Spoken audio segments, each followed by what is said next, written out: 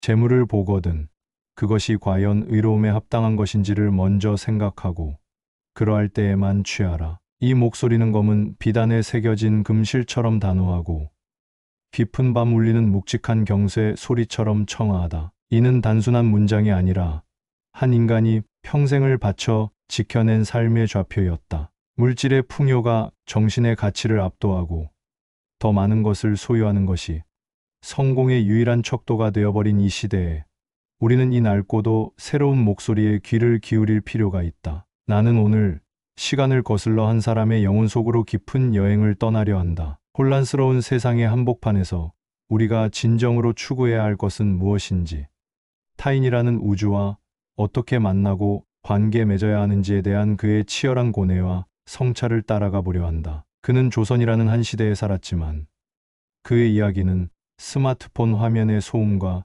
인공적인 불빛에 지친 오늘날 우리에게 여전히 마르지 않는 샘물과 같은 지혜를 건넨다. 그의 이름은 우리는 존경과 애정을 담아 그의 호인 율곡이라 부른다. 지금부터 내가 들려줄 이야기는 단순히 한 위대한 학자의 생애를 나열하는 박물관의 기록이 아니다. 이것은 천재라는 찬사와 이단아라는 비난 사이에서 편견이라는 날카로운 칼날에 온몸이 베이면서도 자신의 길을 꿋꿋이 걸어간 한 인간의 기록이다. 이것은 욕심이라는 것엔 파도가 발목을 휘감을 때마다 의로움이라는 닻을 내려 휩쓸리지 않으려 평생을 버텨낸 한 사내의 다짐에 관한 이야기다. 또한 칠흑 같은 어둠 속에서도 진실이라는 한 줄기 빛을 향해 나아갔던 구도자의 열정과 사람 사이의 믿음, 즉 신의를 목숨처럼 여겼던 그의 삶에 대한 서사다. 그리고 가장 높은 곳에 올랐으면서도 가장 낮은 곳을 향했던 거인의 겸손,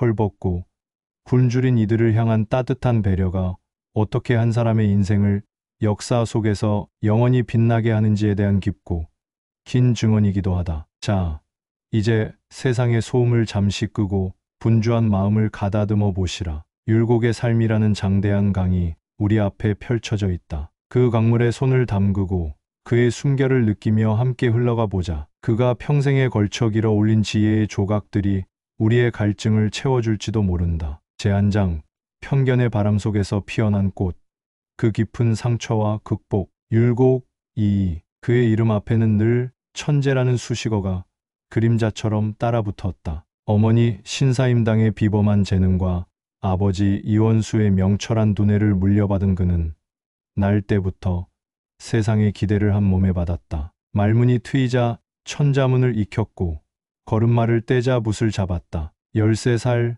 아직 앳된 소년의 모습으로 진사시에 합격했을 때 세상은 경탄했다. 그 후로 9번의 과거 시험에서 연이어 장원을 차지하여 구도장원공이라는 전무후무한 별칭을 얻었을 때 그 경탄은 경외심으로 그리고 이내 시기와 질투로 변해갔다. 빛이 강하면 그림자도 짙어지는 법. 그의 비범함은 그를 이해받기보다는 오해받게 만드는 족쇄가 되었다. 사람들은 그의 깊은 눈동자 속에 담긴 고뇌를 들여다보려 하지 않았다. 대신 저렇게 모든 것을 쉽게 얻었으니 세상 무서운 줄 모를 것이다. 인간적인 고뇌 따위는 없을 것이다 라며 섣불리 재단하고 규정했다. 그의 명성은 높았지만 그의 영혼은 늘 군중 속에서 섬처럼 외로웠다. 그 외로움의 결정타를 날린 것은 그의 나이 불과 16에 닥쳐온 어머니 신사임당의 죽음이었다. 그것은 단순한 슬픔이 아니었다. 하늘이 무너지고 땅이 꺼지는 듯한 충격. 세상의 모든 빛깔이 한순간에 잿빛으로 변해버리는 절망이었다. 어머니는 그에게 세상의 전부이자 삶의 이정표였고 그의 재능을 이해해주는 유일한 사람이었다. 그런 어머니가 사라진 세상에서 어린 율곡은 표류하는 조각배 신세가 되었다. 3년상을 치르는 동안 그는 식음을 전폐하다시피 하며 슬픔에 잠겼다. 묘소 옆에 움막을 짓고 매일같이 통곡했지만 마음의 공허는 채워지지 않았다. 유학의 경전들은 슬픔을 예법에 맞게 다스리라고 가르쳤지만 그의 가슴을 후벼 파는 실존적인 고통과 삶의 허무에 대한 답을 주지는 못했다. 그는 길을 잃었다. 그때 그의 눈에 들어온 것이 금강산의 깊은 골짜기와 그곳에 자리한 사찰들이었다. 그는 벼루와 책을 잠시 내려놓고 삭발한 채 스스로를 불문에 의탁했다. 성리학의 나라 조선에서 사대부 가문의 장래가 촉망되는 천재가 불교에 귀의한 사건은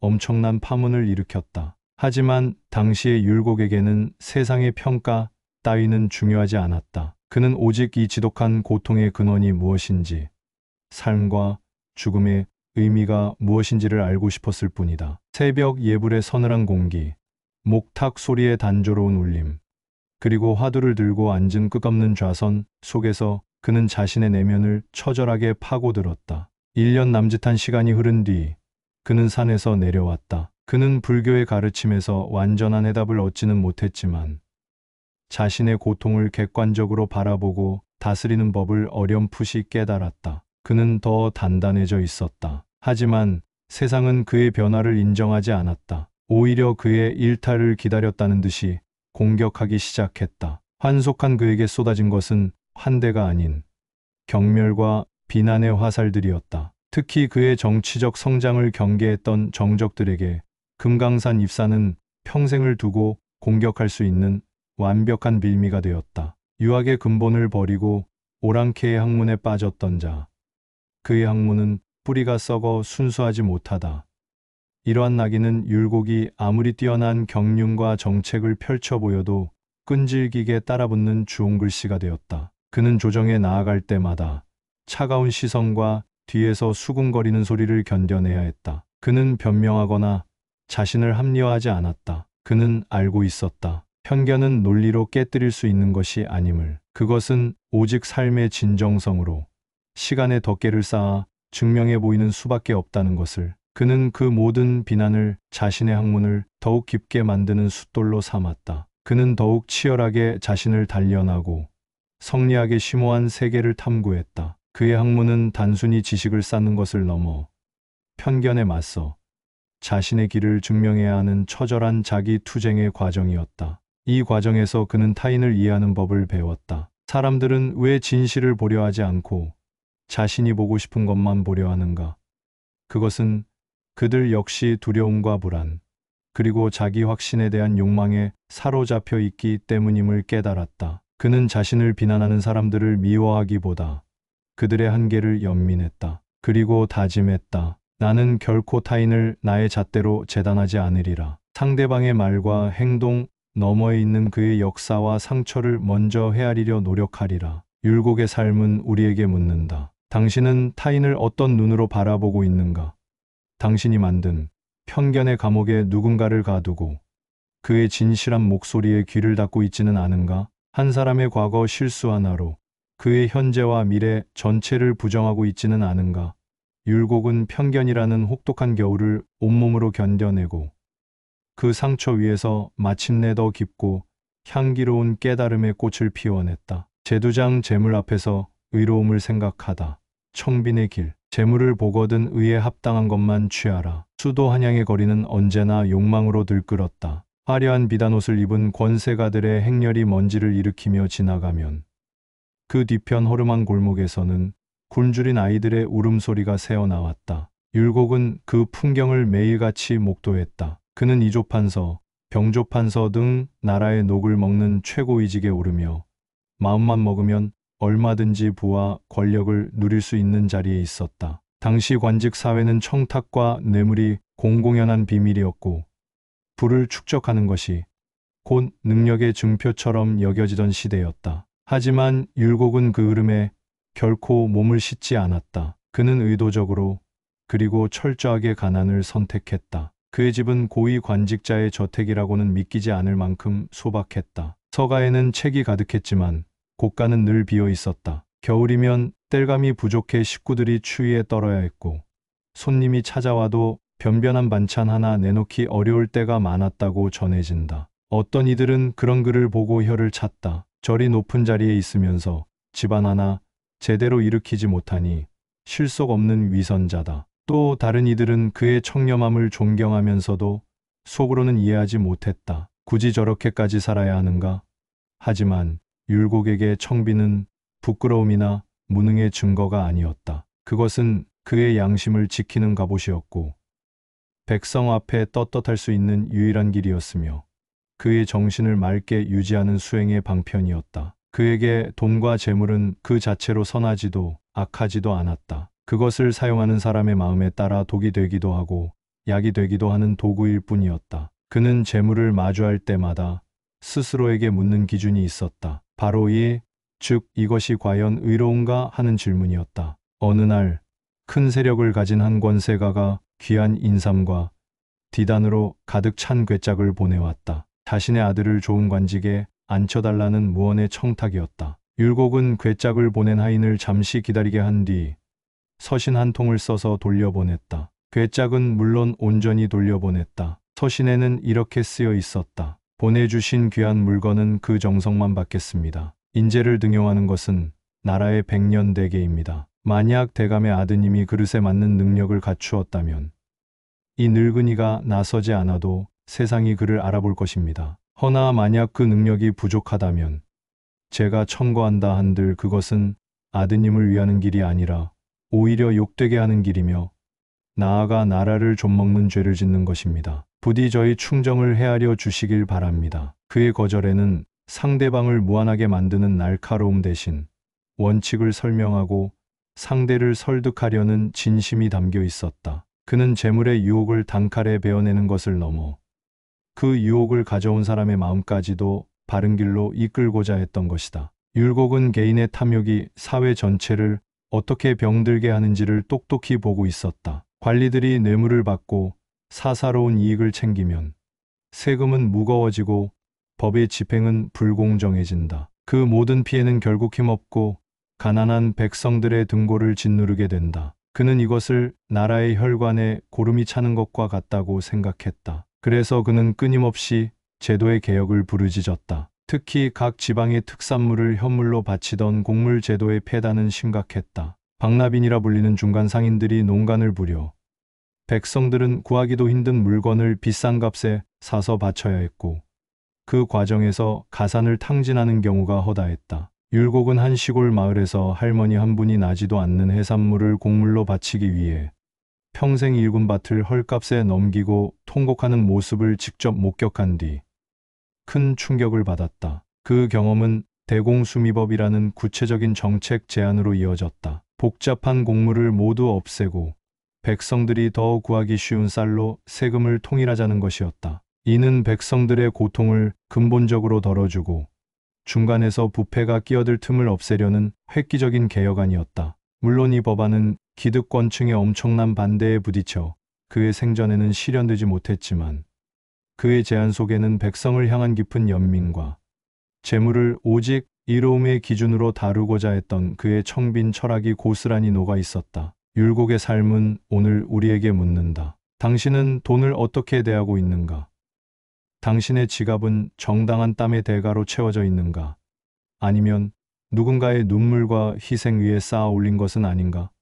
거부할 수 없는 이익 앞에서 이것이 과연 옳은 길인가를 먼저 생각하는 양심의 브레이크를 가지고 있는가? 율곡은 재물이라는 거울 앞에서 한 점 부끄럼 없이 자신의 영혼을 고추세웠던 진정한 부자였다. 제세장법과 임금, 진실과 신의의 길 위에서 사람과 사람의 관계를 지탱하는 가장 튼튼한 기둥은 무엇일까? 율곡은 그것을 진실을 향한 열정과 신뢰라는 굳건한 믿음이라고 보았다. 그는 이 두 가치를 지키기 위해 평생을 바쳤고 그 길은 때로는 가시밭길이었으며 끝없는 고독을 동반했다. 그의 진실과 신의는 두 개의 특별한 관계 속에서 가장 선명한 빛을 발했는데 하나는 그의 평생직이었던 벗, 우계성원과의 관계였고 다른 하나는 그가 평생 섬겼던 군주 선조와의 관계였다. 율곡과 우계성원 두 사람은 파주 율곡리와 우계라는 가까운 곳에 살며 어린 시절부터 학문을 논하고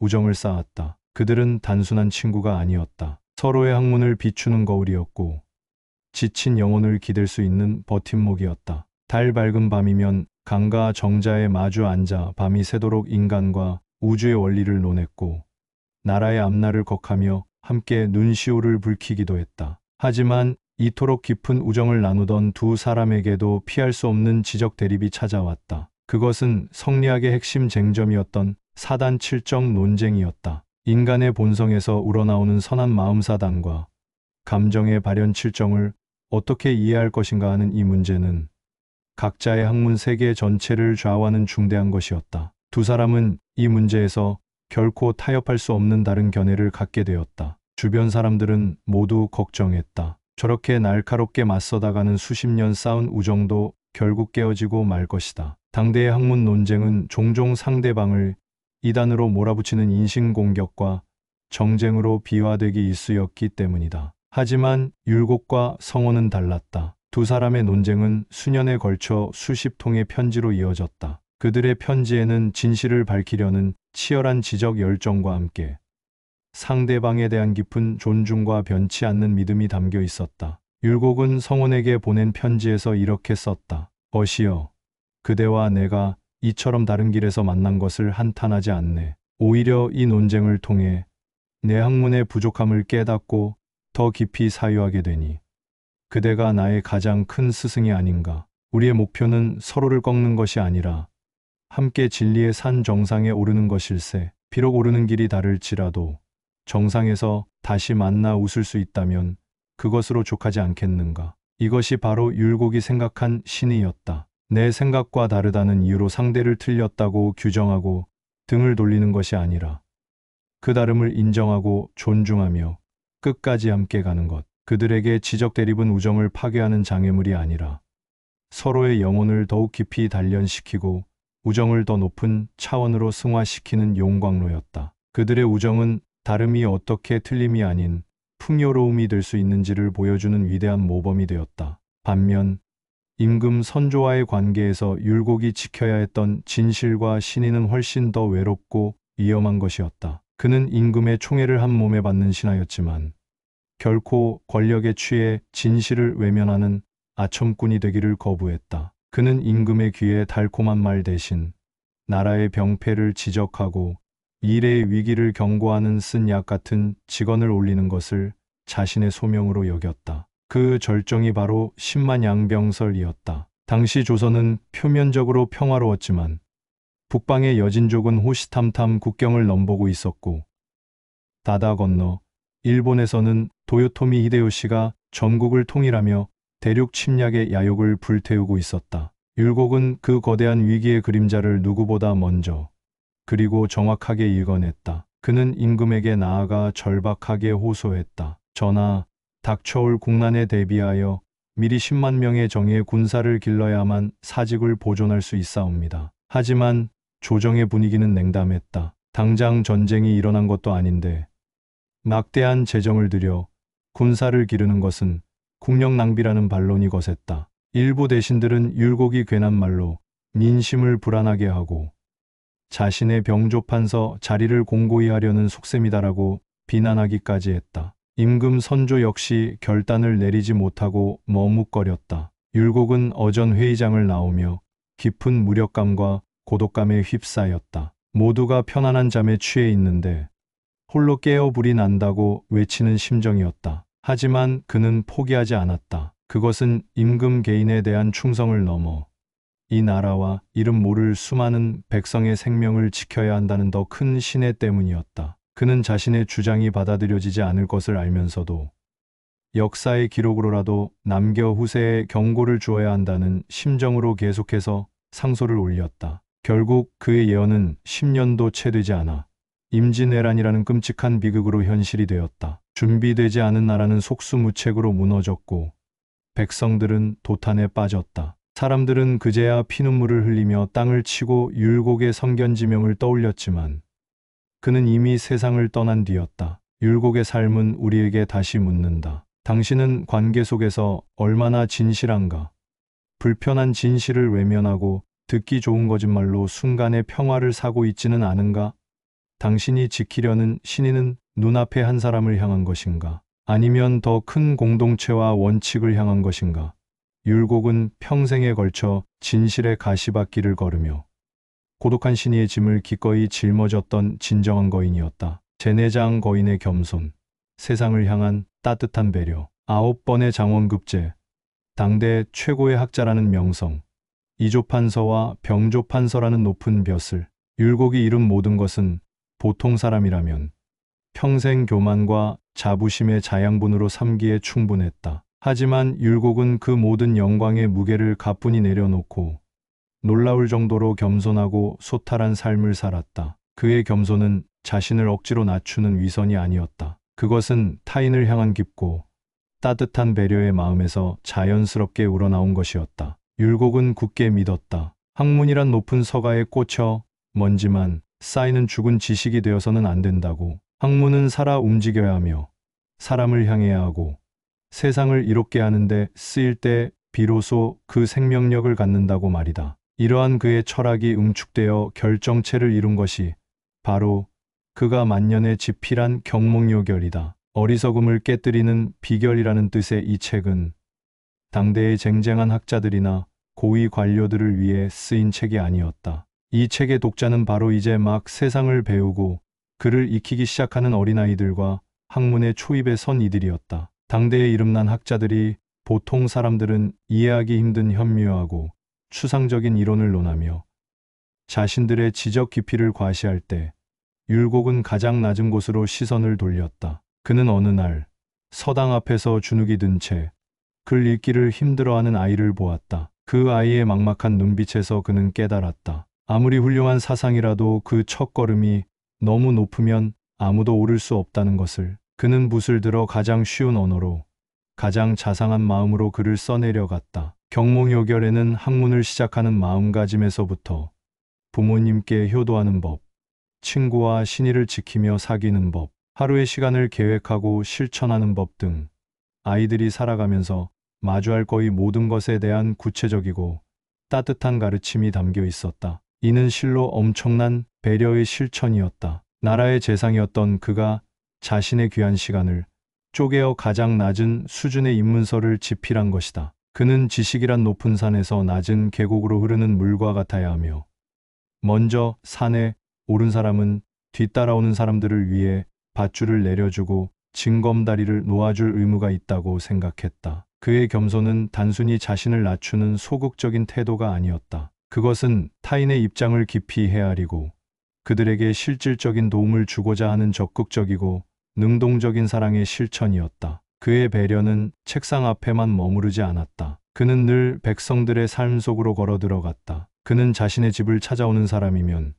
신분의 고하를 막론하고 누구든 만나 이야기를 들어주었다. 억울한 일을 당한 농부의 하소연에 함께 분노했고 장사가 잘 되지 않아 시름에 빠진 상인의 이야기에 귀를 기울였다. 그의 눈에는 모든 사람이 저마다의 우주를 가진 존엄한 존재였다. 그는 자신의 어머니 신사임당으로부터 배운 가르침을 평생 잊지 않았다. 어머니는 늘 가장 잘 익은 벼는 고개를 숙이는 법이란다라고 말씀하셨다. 율곡에게 겸손은 자신을 비우는 것이었고 배려는 그 빈자리를 타인의 아픔과 기쁨으로 채우는 과정이었다. 그는 자신의 그릇이 크고 높았지만 그 안을 권위와 명예, 지식으로 채우는 대신 항상 비워두고자 했다. 그리고 그 텅 빈 공간을 백성의 눈물과 한숨, 그리고 희망으로 채웠다. 그렇기에 그는 시대를 넘어 만인의 스승으로 존경받을 수 있었던 것이다. 율곡의 삶은 마지막으로 우리에게 묻는다. 당신이 가진 지식과 능력,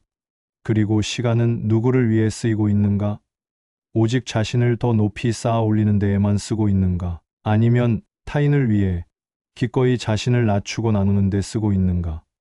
당신의 분주한 하루 속에 타인의 입장을 헤아리고 그를 위해 작은 것이라도 내어주는 진정한 배려의 순간은 얼마나 있었는가? 율곡은 가장 높은 곳에 섰지만 평생 가장 낮은 곳을 바라보며 걸었던 위대한 거인이었다. 맺은 말 율곡이라는 거울 앞에 선 우리. 율곡이 그의 삶은 49년이라는 길지 않은 시간이었지만 그가 남긴 사상의 깊이와 인격의 향기는 수백 년의 시간을 뛰어넘어 오늘을 사는 우리에게 여전히 깊고 선명한 울림을 준다. 그의 이야기는 빛바랜 옛날 이야기가 아니다. 그것은 오늘 우리가 관계 속에서 겪는 수많은 문제들, 오해와 편견, 끝없는 욕심, 진실과 거짓 사이의 갈등, 깨어지기 쉬운 믿음, 교만과 이기심에 대한 가장 근본적인 해답을 담고 있는 살아있는 지혜의 보고다. 우리는 정보의 홍수 속에서 살아가지만 정작 진실을 분별하는 지혜는 잃어가고 있다. 소셜미디어를 통해 수많은 사람과 연결되어 있지만 한 사람의 영혼을 깊이 이해하고 공감하는 능력은 퇴화하고 있다. 더 많은 것을 가지기 위해 질주하지만 무엇이 진정으로 의로운 것인지를 묻는 양심의 목소리는 점점 작아진다. 율곡은 자신의 삶 전체를 통해 우리에게 보여주었다. 편견의 폭풍을 이기는 힘은 요란한 변명이 아닌 묵묵히 자신의 길을 걸어가는 삶의 진정성에 있다는 것을, 재물의 거센 파도를 이기는 힘은 이로움이라는 결코 녹슬지 않는 닻을 내리는 용기에 있다는 것을, 위태로운 인간관계를 지탱하는 힘은 때로 고통스럽더라도 진실을 외면하지 않고 서로의 다름을 존중하는 굳건한 신뢰에 있다는 것을 말이다. 그리고 진정한 의미의 위대함은 자신을 높이 세우는 것이 아니라 기꺼이 자신을 낮추어 타인을 섬기는 겸손과 배려의 마음에서 피어난다는 것을 그의 삶은 웅변하고 있다. 오늘 율곡이라는 오래된 거울 앞에 우리 자신을 비추어 본다. 그의 치열했던 고뇌와 흔들림 없던 실천 앞에서 우리의 삶은 어떤 모습으로 비치고 있는가? 그의 맑고 고든 목소리가 시공을 초월하여 지금 여기 우리 각자의 마음 문을 조용히 두드리고 있다. 그대는 지금 어떤 길을 걷고 있는가? 그 길의 끝에서 그대는 과연 떳떳할 수 있는가?